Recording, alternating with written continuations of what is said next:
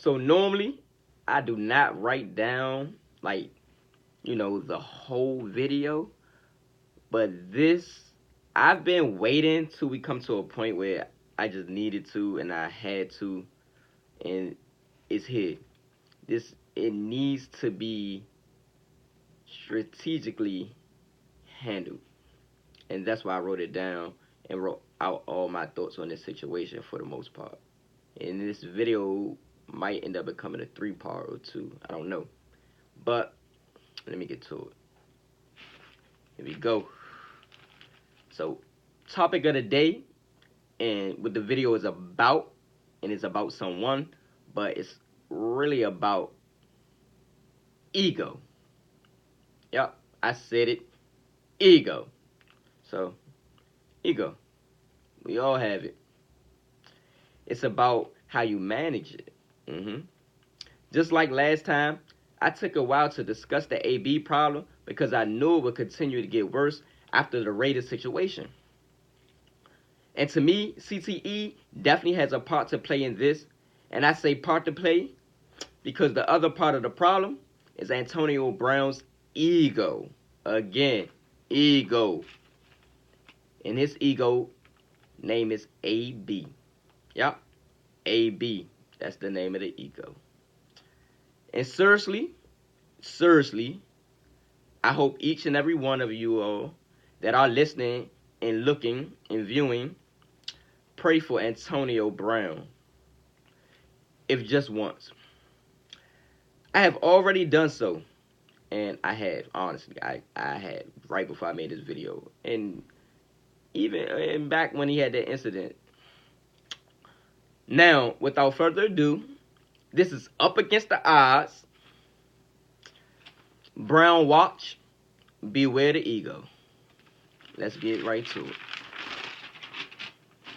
Now, during the 2017 offseason, the Steelers paid and made Antonio Brown the highest paid receiver, which without a doubt matched his production on the field. No questions.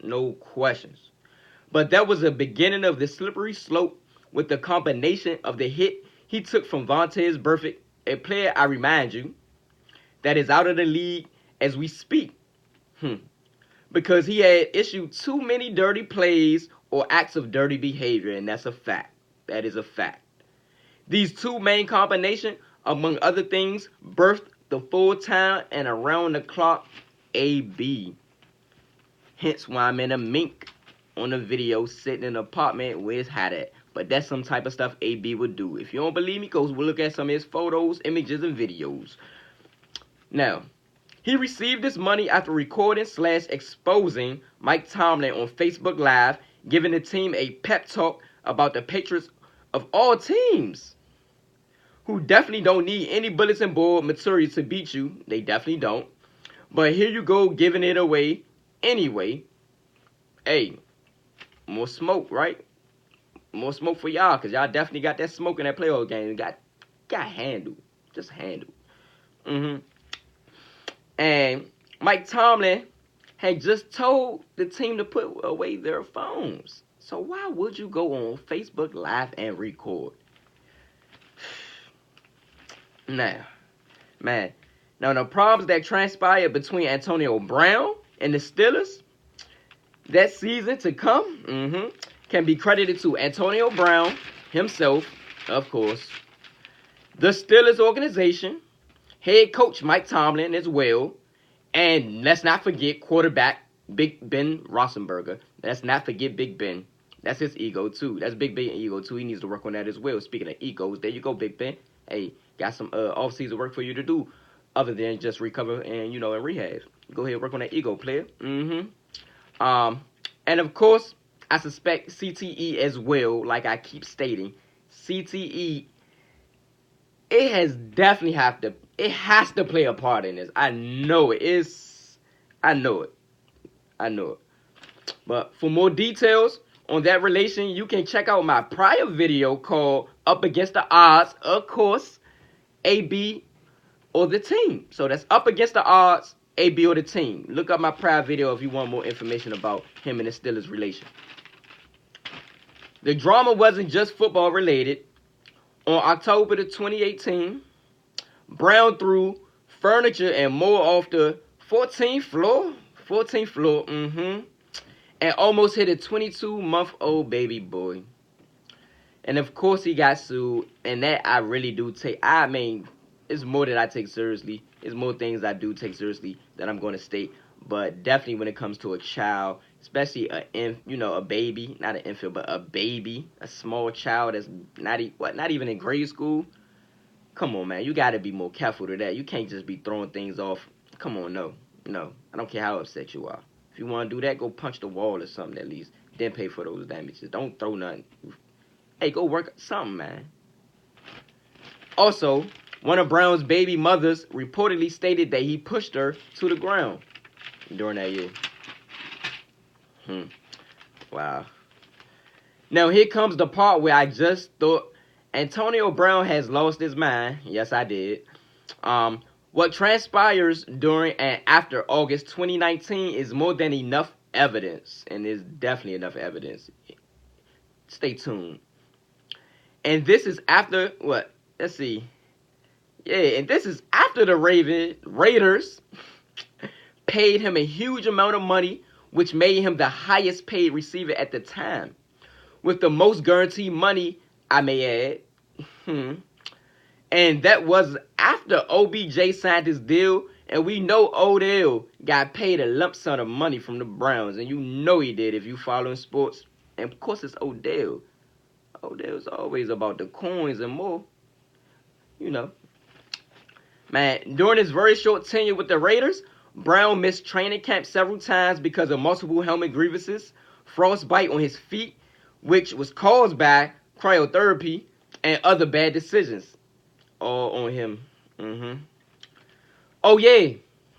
He also stated that he would retire if he couldn't be in his old helmet, which didn't happen. He ended up playing in a different helmet, and either way, it wasn't that big of a deal because prior to that, Brown, Tom Brady, and Aaron Rodgers were grandfathered, which meant the league let them play in their old helmets longer than anyone else until it was time for everyone to switch because of health and safety, precautions. Makes sense, right? The league wants to take steps further into being more safer. Why? Because parents won't and know more. They know more information about football and how dangerous it can be and is. And we just want to make it a little bit safer. The league says, hey, I see no issue with that. Hey, because if there's no players, then it's no football. And we all want football, right? I thought so. Okay. All right. Furthermore, Brown unexcusably left camp and was fined $45,000. He missed the first preseason walkthrough, all because he didn't feel like going downstairs to the ballroom. Now, remind you, he had just joined the team. Shorty, dang. Normally, that wouldn't be, it wouldn't be an issue. That wouldn't have mattered. But when you are a new teammate, new to the team, and was supposed to be the leader, one of the leaders of the team, it's very significant to lead by example in a positive way, which includes making those walkthroughs and more. Common sense. Elementary, right? Elementary. I thought so. The very next day, Brown has an altercation, with Mike Mayock, the new general manager, entitled at least, because we know who the real general manager is, of the Raiders. Yeah. Anyway, during the altercation, Antonio Brown called Mike Mayock a cracker, amongst other things that I'm not going to repeat. And on September the 7th, 2019, the Raiders released him and were able to get up from under his contract because of conduct detrimental to the team, which voids any guaranteed money. Therefore, he was going to be paid on a game-to-game basis like a tip worker. Brown had also asked to be released on IG. Thought you was getting that money, huh? Thought it was. Man, that's a reminder. If you got a good thing going, keep the good thing going, man. Don't get out of pocket. Also, during all this craziness, Brown posted a private conversation which he had between Jon Gruden and himself on YouTube, which is a violation between head coach and player and illegal in the state of California, which Brown was at when he posted the video to YouTube. He did that to validate prior actions, but it made him look worse because you can hear Gruden pleading with Antonio Brown to stop the BS and simply play ball. I mean, your coach shouldn't even have to do that. Come on, AB. Come on. That's how I knew it was a bigger issue. I knew it was a bigger issue than just him craziness. It's that ego and it's the CTE, definitely.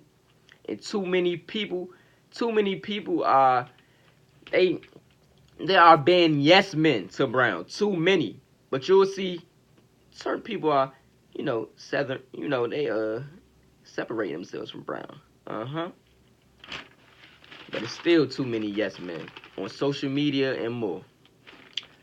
He eventually gets signed by the Patriots, and there I'm thinking, for real. Now there I'm thinking, has AB outsmarted us all? And I'm pretty sure I wasn't the only one, shorty. I was at my flag football game. This was released, and man, we all that was a talk of the day. Even with the games going on, that was a talk of the day. We like, did he do it? My teammates thought he did. Shoot, I thought he did at first, and then I was like, I don't know, but then I was like, nah, for sure. I'm like, nah, that's too good to be true. I just think the chips fell in the right place because ain't no way he knew he was going to the Patriots, and y'all can't tell me you knew. I don't care what they was doing behind the scenes. Yeah, ain't no way.